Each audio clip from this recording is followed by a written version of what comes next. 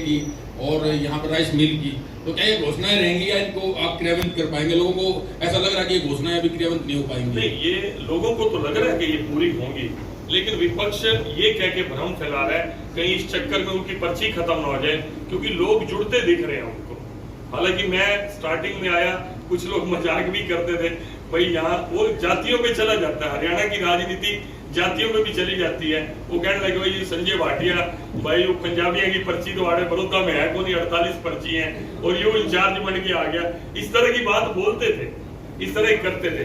लेकिन मैं जब लोगों के बीच में बैठा, बातचीत हुई, इतना समय मैंने लगाया, आज वो मैं समझता हूँ मुझे बिल्कुल अपने परिवार के सदस्य की तरह मानते हैं और मन की बात करते हैं और कहते हैं भाई साहब अब हमें विश्वास हो गया कि आपने जो बात निकाली मुंह से वो सारी पूरी हुई। हमें पूरी उम्मीद है कि आप ये काम को पूरा सिरे चढ़ाओगे और मैं आपको विश्वास दिलाता हूँ 100% जो भी घोषणा हुई है वो आप देखिए, जो पिछली सरकार की भी घोषणाएं और जो शिलान्यास थे वो काम आके हमारे ही टाइम पे पूरा हुए।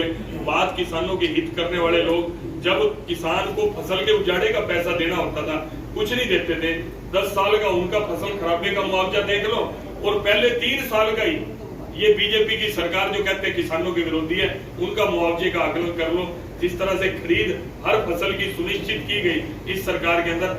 मैं एक बात कहता हूँ उनसे, कई बार बड़ी बड़ी बात करते हैं विपक्ष के, उनका राजनीति का तजर्बा भी ज्यादा है, प्रेस कॉन्फ्रेंस करने का भी तजर्बा ज्यादा है। मैं तो शायद अपने जीवन की पहली या दूसरी प्रेस कॉन्फ्रेंस कराऊंगा, मुझे वो अनुभव भी नहीं है।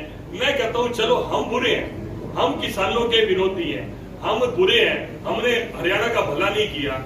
आपने किसानों के हक में कौन सा फैसला ऐसा किया था जिसको हमारी सरकार ने वापस ले लिया, या कौन सा ऐसा फैसला हमने कर दिया जो किसानों के विरोध में था? ये मुद्दे बढ़ाते हैं।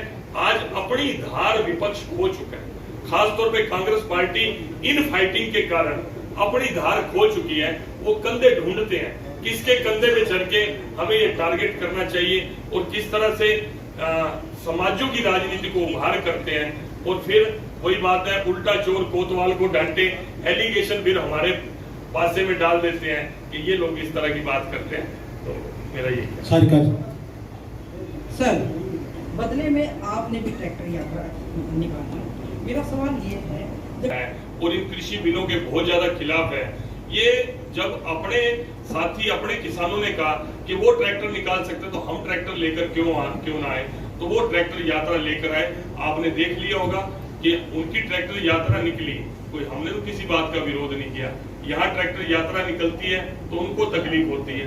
और जो बात आपने संवाद की है, बहन जी मैं आपकी बात को पूरा करता हूँ, मुझे इसमें चाहिए हमारा जो प्रोटोकॉल है, हमारे किसान नेता, बीजेपी के किसान नेता, ये जो खास तौर पे, क्योंकि पूरे हरियाणा में और पूरे देश भर में तो जन जागरण अभियान चलेगा ही चलेगा, 14 तारीख को पूरे 54 के 54 गांव में जाकर करेंगे।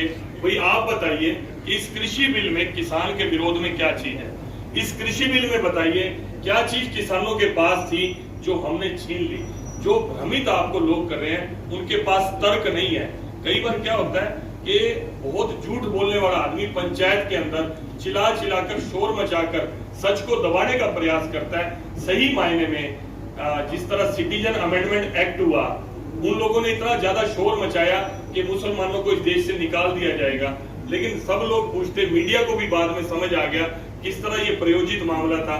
और पिछले कुछ दिनों में देश में जो मामले आपके सामने आए हैं, किस तरह शोर को बचाकर सच को दबाने का प्रयास किया जा रहा है, ऐसा ही कृषि बिलों में हो रहा है कि शोर मचा देंगे, विरोध दिखा देंगे तो ये सच दब जाएगा। लेकिन ये सच दबने वाला नहीं। हम भी बिल्कुल खुलकर किसानों के घरों में जाकर पूरे 54 के 54 गांव में हमारे किसान नेता जाएंगे और उनसे चर्चा करेंगे। आप ये बताइए क्या गलत है, हम उसको बताएंगे कि ये ठीक है और ये किसानों के हित में है। सर, बाबर सिंह दैनिक जागरण से।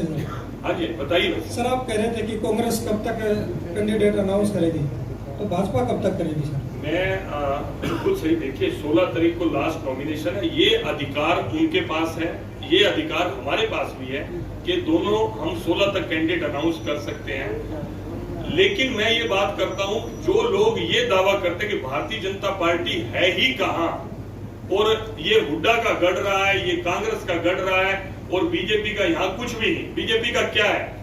जो लोग इतना दावा करते हैं वो आज कैंडिडेटों के लिए दाएं बाएं दूसरे दलों में देख रहे हैं। वो तो ये भी देख रहे हैं कि यार बीजेपी वाला कौन सा हमारे साथ जुड़ जाए, उसको दें टिकट। मैं तो उनकी बात करता हूं। हम तो पूरी तरह से पहली बार कमल खिलाने के लिए पूरा प्रयास कर रहे हैं, पूरी मेहनत कर रहे हैं। हमने कभी नहीं कहा कि बड़ौदा हमारा गढ़ रहा है। हम तो खुलेआम कह रहे हैं कि बड़ौदा में हम कभी चुनाव नहीं जीते, लेकिन हम पहली बार जीतने जा रहे हैं। हम उस आत्मविश्वास के साथ चुनाव लड़ रहे हैं। लेकिन जो ये मानते कि बीजेपी है ही नहीं, मैं कहता हूं उनको क्या दिक्कत आ रही है? मेरा प्रश्न ये था। सर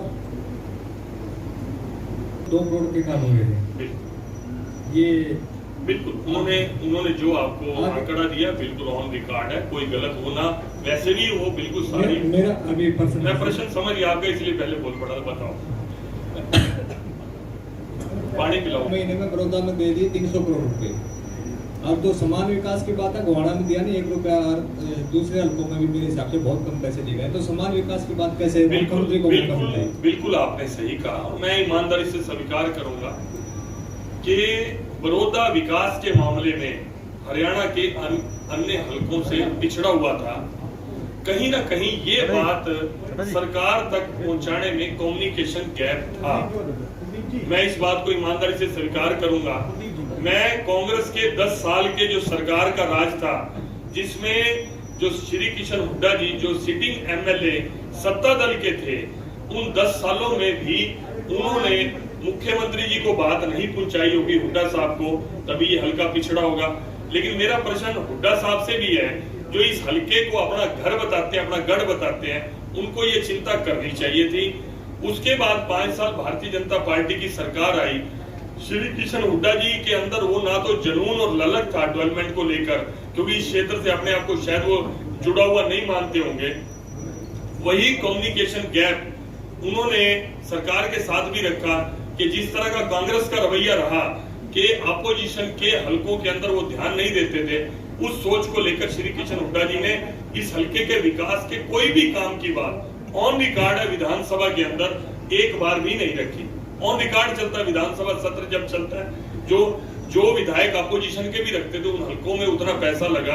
हर हल्के की रिपोर्ट उन्होंने दी, विपक्ष के हलकों की भी दी। श्री किशन हुड्डा जी ने वो भी नहीं रखा। लेकिन मैं स्वीकार करता हूं, मैं 2-3 महीने से यहाँ बैठा और मैं व्यक्तिगत बातचीत भी आपसे शेयर करने को, हालांकि लाइव हो रहा है, मैंने खुद सीएम साहब को कहा कि मैंने कहा सीएम साहब, मैं ईमानदारी से कहता हूं कि बड़ौदा को जिसको कहते हैं विकास छू के भी नहीं गया, कोई प्लान्ड वे में नहीं हुआ।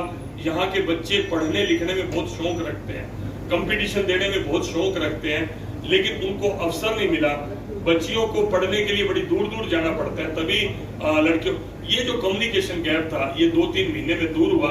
इसलिए आपने सही कहा कि 300 करोड़ के कामों की घोषणा भी होगी और काम शुरू भी होंगे, उनके वर्क ऑर्डर भी होंगे।